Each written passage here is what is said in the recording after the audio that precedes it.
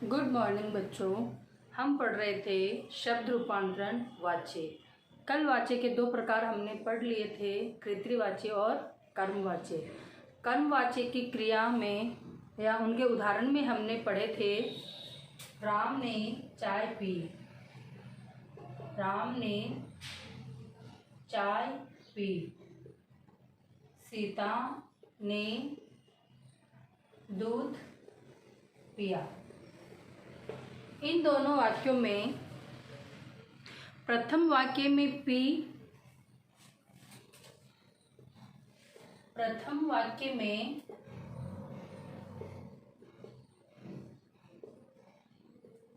और दूसरे वाक्य में पिया। अब ये किसके अनुसार आ रहे हैं उनको देखेंगे। इसके ये जो क्रिया है वह है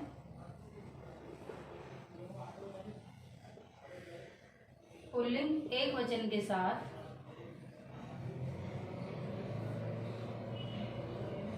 यानी चाय कर्म के साथ आई है। और दूसरा है, अच्छा एक मिनट, ये चाय कर्म के अनुसार है तो ये स्त्रीलिंग हो गई, और यहाँ पर दूध है तो यह है पुल्लिंग एक वचन। पुल्लिंग एक वचन के साथ पिया क्रिया आई है। अब हम देखते हैं कर्मवाच्य की अक्सर दो स्थितियां होती है। कर्मवाच्य की अक्सर दो स्थितियां होती है, यानी इसमें दो कर्म प्रयुक्त होते हैं। नंबर एक, इसका जो इनके जो वाक्य बनेंगे उसके में देखना, एक होगा कर्तायुक्त वाक्य, एक होगा कर्ता रहित वाक्य। यानी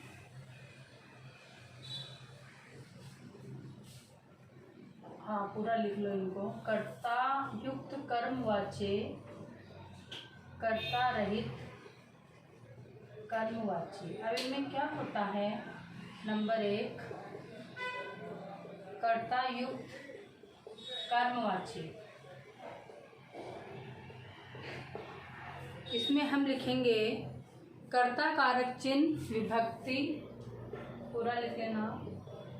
जब वाक्य में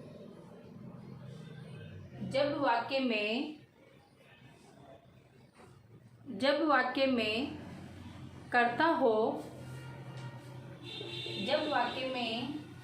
हो, अर्थात कर्ता कारक चिन्ह विभक्ति युक्त हो। कर्ता कारक विभक्ति युक्त, कर्ता कारक विभक्ति युक्त होगा। जब वाक्य में कर्ता हो तो क्रिया बीते समय की होगी। बीते समय में यानी भूतकालिक क्रिया की होगी। जैसे अशोक ने मिठाई खाई।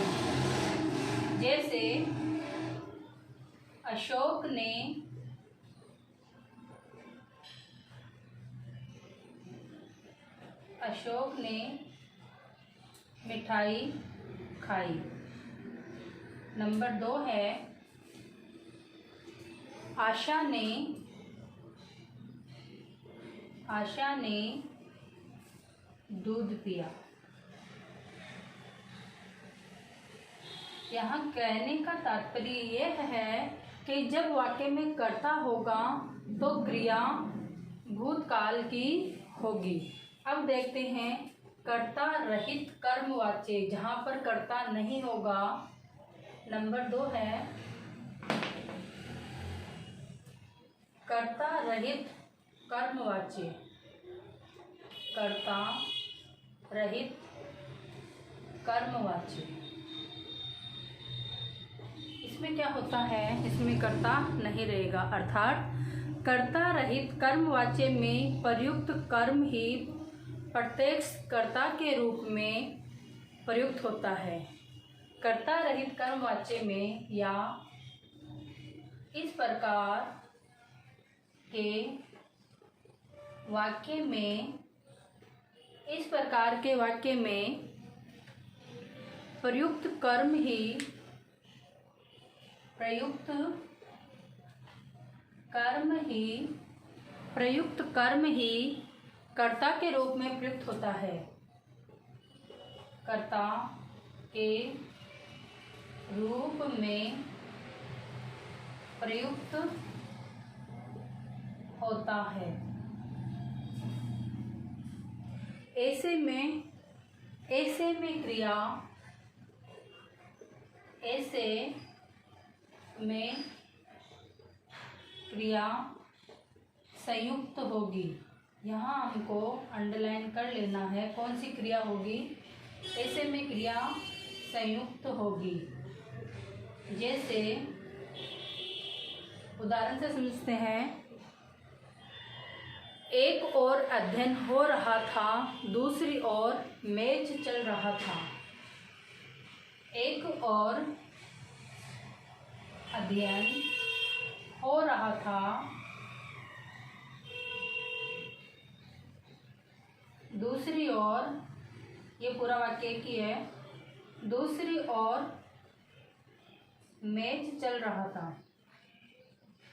मैच चल रहा था, यानी इसमें संयुक्त क्रिया का प्रयोग हुआ है। अब देखते हैं कुछ कर्मवाच्य के लिए कुछ विशेष बातें जिनको आप नोट करके लिख लेना।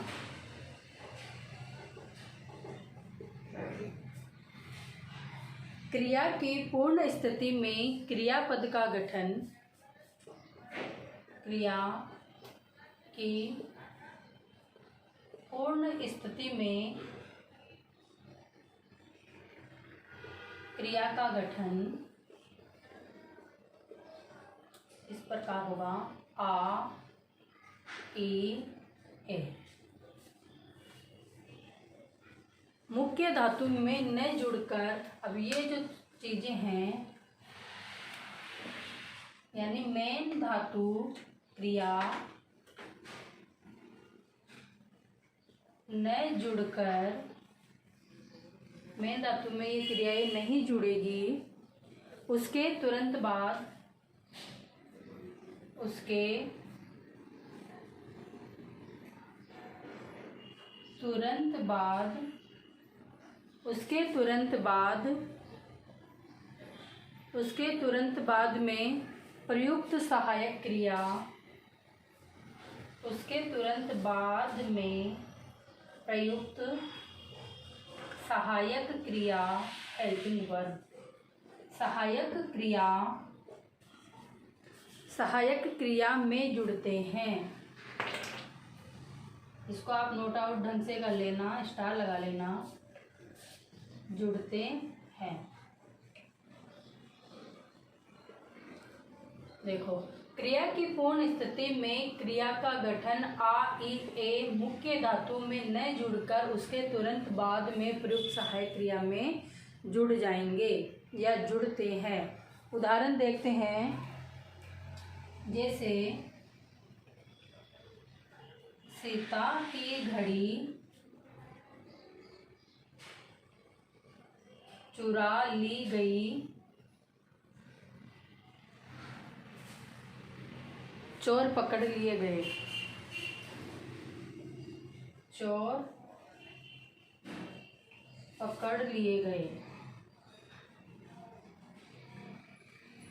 ये भी संयुक्त वाक्य हो गया ना, अलग अलग संयुक्त क्रिया इसमें प्रयुक्त हुई है, इसीलिए अलग अलग काम में ली गई है। अब हम देखते हैं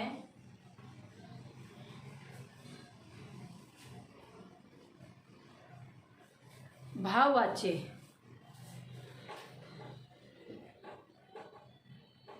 भाववाच्य। भाववाच्य किसे कहेंगे? जब वाक्य में प्रयुक्त क्रिया न तो कर्ता के अनुसार हुई हो और न ही कर्म के अनुसार हुई हो। जब वाक्य में प्रयुक्त क्रिया न तो कर्म के अनुसार हुई हो, न तो कर्ता के अनुसार हुई हो और न ही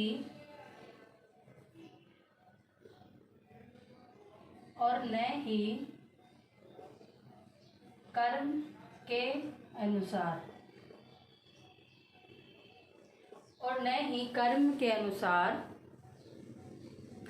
बल्कि असमर्थता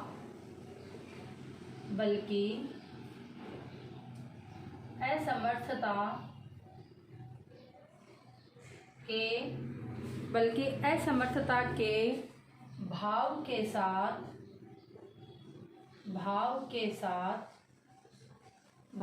साथ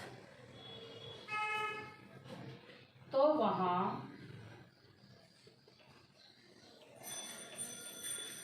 भाववाच्य होगा। यानी ना तो कर्ता के अनुसार हुई है ना कर्म के अनुसार हुई है, वह केवल भाव के अनुसार हुई है। यहाँ पर विशेष लिख लेना या नोट करके लिख लेना,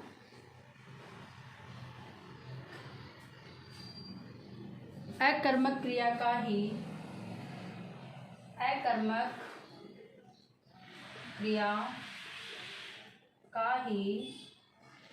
प्रयोग भाववाच्य में होता है।